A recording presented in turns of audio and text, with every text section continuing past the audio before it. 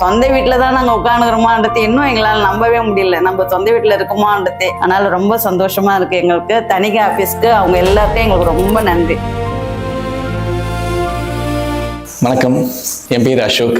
சின்ன வயசுலேருந்து எனக்கு சொந்தமாக வீடு கட்டணுன்றது என்னோட ஒரு 30 years ஆஃப் ட்ரீம். ஒரு ஓட்டு வீடு, குடிசை வீடுன்னு சொல்லிட்டு அந்த மாதிரி தான் இருந்தமே. எங்களோட வாழ்க்கை அப்படி தான் இருந்தது.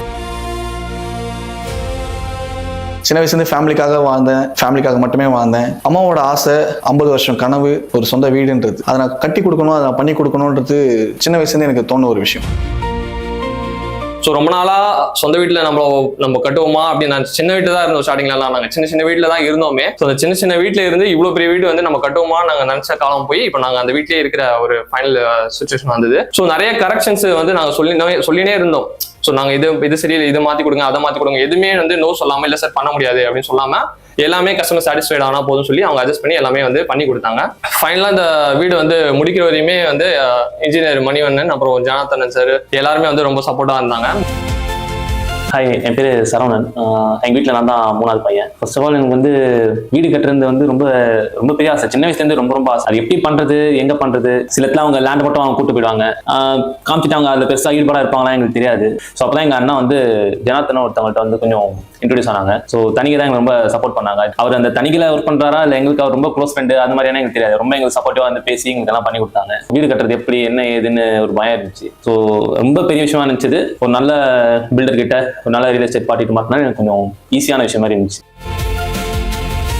சின்ன வயசுலேருந்து ரொம்ப கஷ்டப்பட்டு நாங்கள் வந்தவங்க தான். எங்களுக்கெல்லாம் சொந்த வீடு இல்லைன்றதுலாம் வாழ்க்கையில் நடக்குமான்றதே தெரியல. ஸோ நிறைய இடம் நாங்கள் போய் பார்த்தோம். சரி ஒரு லேண்டு வாங்கணும் நம்மளும் சொந்தமாக சொல்லிட்டு நிறைய இடம் போய் பார்த்தோம். ஆனால் எதுவுமே எங்களுக்கு செட் ஆகல. சரி எல்லாமே பண்ணி பார்த்துட்டு அப்புறமா இங்கே தணிகை ஆஃபீஸ்க்கு ஒரு வாட்டி வந்தோம். ஜனார்த்தனன் இன்ட்ரோடியூஸ் ஆனார். அவர் மூலமாக தான் நாங்கள் போய் பார்த்தா எங்களுக்கு பிடிச்சிருந்தது. நாங்கள் உடனே வாங்கிட்டோம். சரி ஏதோ பேங்க் லோனில் தான் இஎம்ஐல தான் வாங்கணும். சரி வாங்கிட்டு நாங்கள் சரி 2 வருஷம் ஆயிடுச்சு. 2 வருஷம் கழிச்சு சரி எப்படியா நம்ம வீடு கட்டணும்னு ஆசைப்பட்டோம். சரி வீடு கட்டணும்னு ஆபீஸ்ல போய் நாங்க பேசலாம்னு சொல்லிட்டு போய் பேசணும்னு அவங்களும் சரி எல்லாத்துக்கும் ஒத்துழைப்பு கொடுத்தாங்க. எங்களுக்கு எல்லாமே டக்குன்னு முடிச்சு கொடுத்தாங்க. பேங்க் லோன் ஆபீஸரும் சரி எல்லாமே டக்குன்னு முடிச்சு கொடுத்தாங்க. சரி நாங்க வந்து அவர்கிட்டயே நாங்க பில்டர்ஸ் கிட்டே நாங்க எல்லாம் கொடுத்துட்டோம். அவங்களே தான் பண்ணாங்க, எல்லாம் செஞ்சாங்க. தணிகை ஆபீஸ் சொல்லிட்டு அவரு அந்த ஓனர் சரி அவருடைய ஒத்துழைப்பால தான் இவங்க இந்த அளவுக்கு பண்ணுது. சொந்த வீட்டுல தான் நாங்க உட்காந்துக்கிறோமான்றது இன்னும் எங்களால நம்பவே முடியல. நம்ம சொந்த வீட்டுல இருக்குமான்றதே நாங்களே சில டைம் திடீர்னு யோசிச்சு பார்த்துக்கோ நம்ம வீடா இதுன்னு சொல்லிட்டு நாங்களே நினைச்சுக்கிறோம்.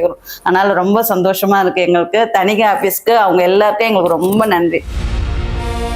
கடைசியில் ஜனார்த்தனன் சார் இங்கே இந்த மாதிரி சார் நம்ம பெருங்காவூர்ல லான்ச் பண்றோம், இந்த மாதிரி இருக்கு, நீங்க வந்து பாருங்க, கண்டிப்பா உங்களுக்கு பிடிக்கும், நீங்க எதிர்பார்க்குற மாதிரி இருக்கு, இப்போவே நீங்க வாங்கி போடலன்னா ஃபியூச்சர்ல இன்னும் வேலை அதிகமாயிடும், அப்ப நீங்க வாங்க முடியாது, இன்னும் கஷ்டமாயிடும் அப்படின்னு சொல்லி சொன்னார். முதல்ல ஒரு லேண்ட் வாங்குவோமா, ஒரு 600 ஸ்கொயர் ஃபீட்ல ஒரு லேண்ட் நம்ம வாங்க முடியுமா அப்படின்னு சொல்லி நினைச்சிட்டு இருந்தோம். அவர் எங்களுக்கு கூட்டு போயிட்டு 1000 ஸ்கொயர் ஃபீட்டுக்கு எங்களுக்கு லேண்ட் காமிச்சாரு. ஸோ நாங்கள் அதெல்லாம் வாங்கணும். வாங்கி முடிச்சுட்டு ஒரு 2 இயர்ஸ்ல வீடு கட்டணும்னு சொல்லி ஃபிக்ஸ் பண்ணி வச்சிருந்தோம். ஆஃபீஸ் போயிட்டு அதுக்கப்புறம் நாங்கள் எங்களோட பிளான் சொல்லியிருந்தோம். இந்த வீடை இவ்வளோ அருமையா கட்டி கொடுத்த தணிகைக்கும் ரொம்ப ரொம்ப நன்றி.